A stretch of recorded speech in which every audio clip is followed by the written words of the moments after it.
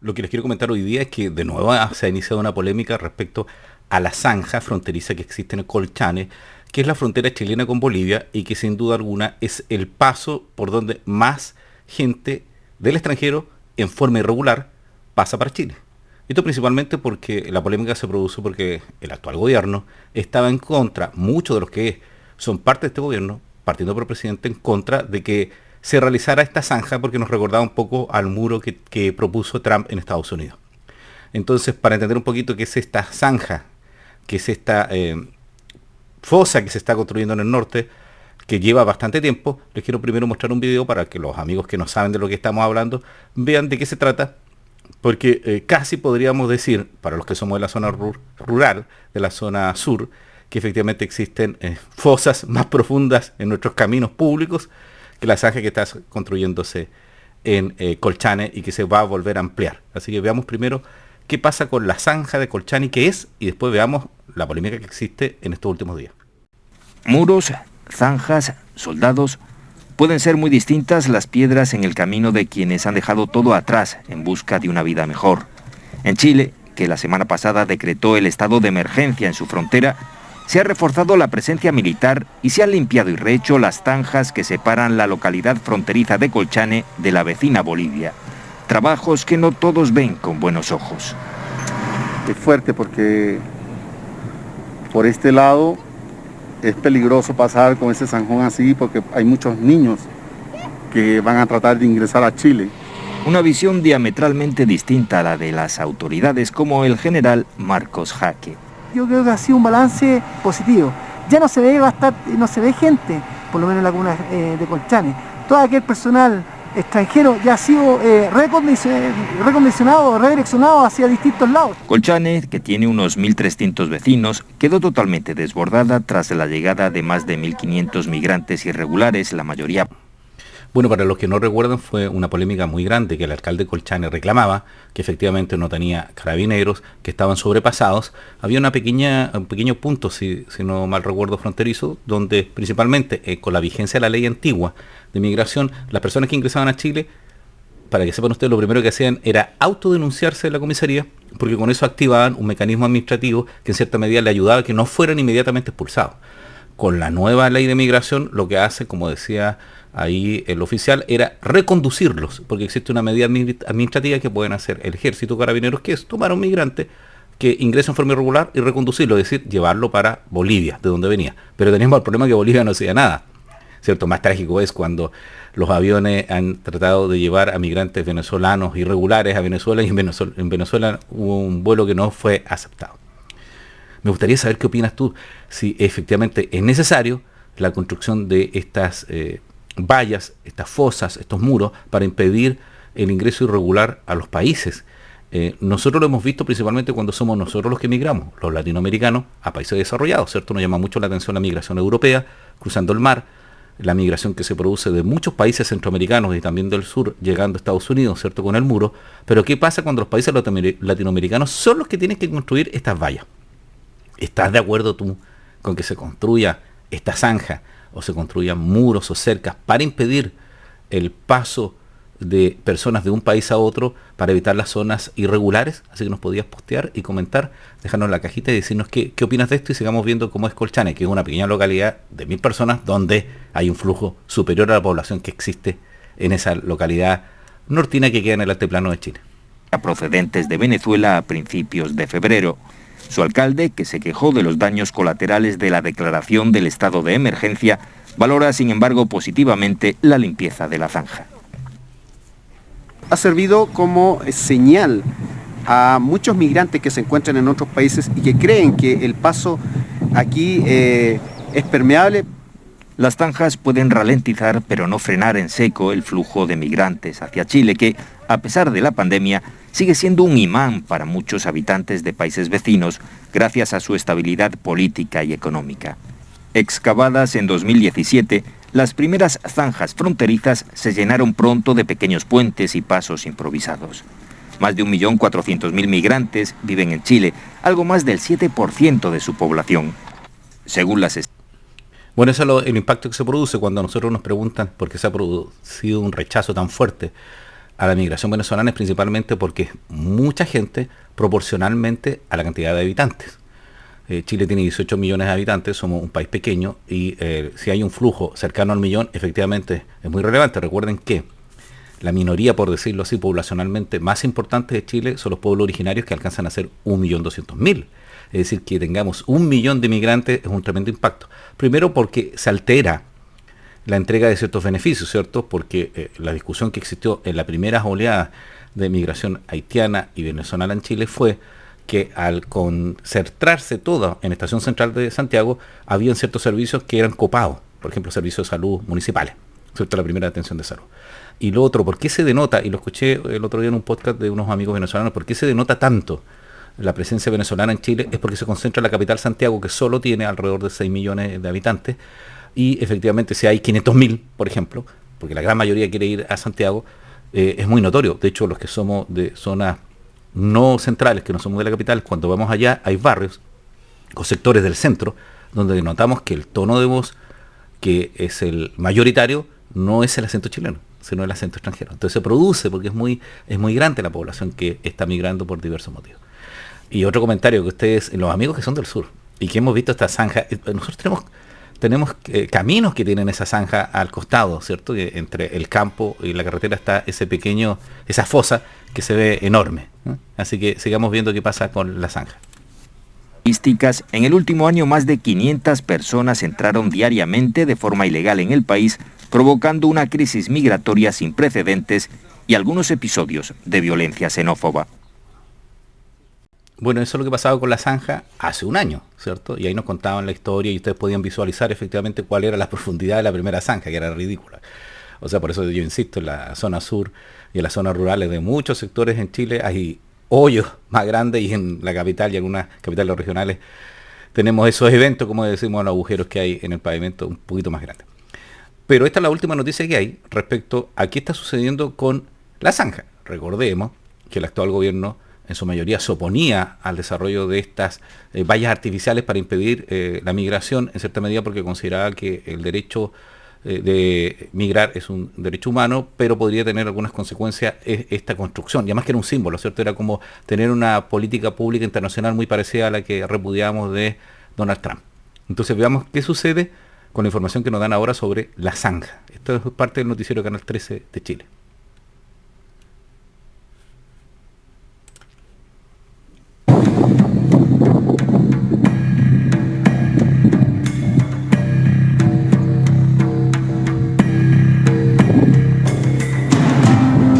Escenas de la frontera entre Chile y Bolivia de las últimas semanas. Vehículos con personas intentando ingresar por pasos no habilitados. Imágenes que se suman a la polémica fiesta de funcionarios en el complejo fronterizo de Colchane.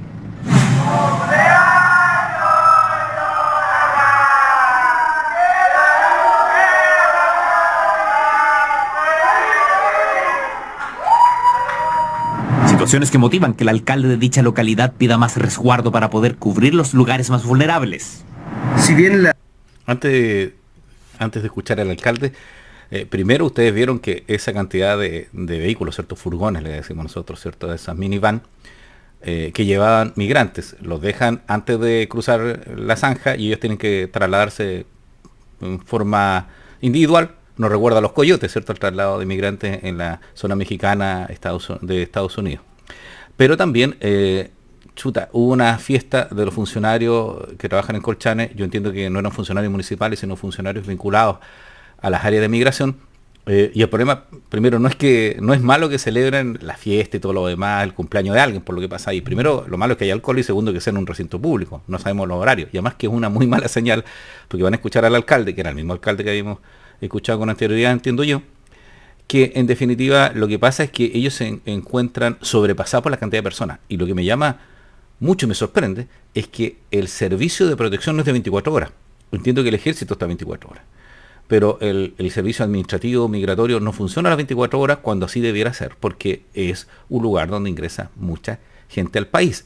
Y no es solo el problema de la migración, sino que se tornó también en la posibilidad de que ingrese, por ejemplo, droga y otros elementos que están prohibidos en el país, ¿cierto? Así que veamos lo que dice el alcalde sobre este descontrol que habría en Colchane, nuevamente. La construcción de las zanjas inicialmente fue criticada por muchos sectores. Hoy, claramente, es una barrera que contribuye a mejorar el control en nuestras fronteras. En medio de las críticas por un supuesto descontrol fronterizo ante la migración irregular, estas obras llamaron la atención.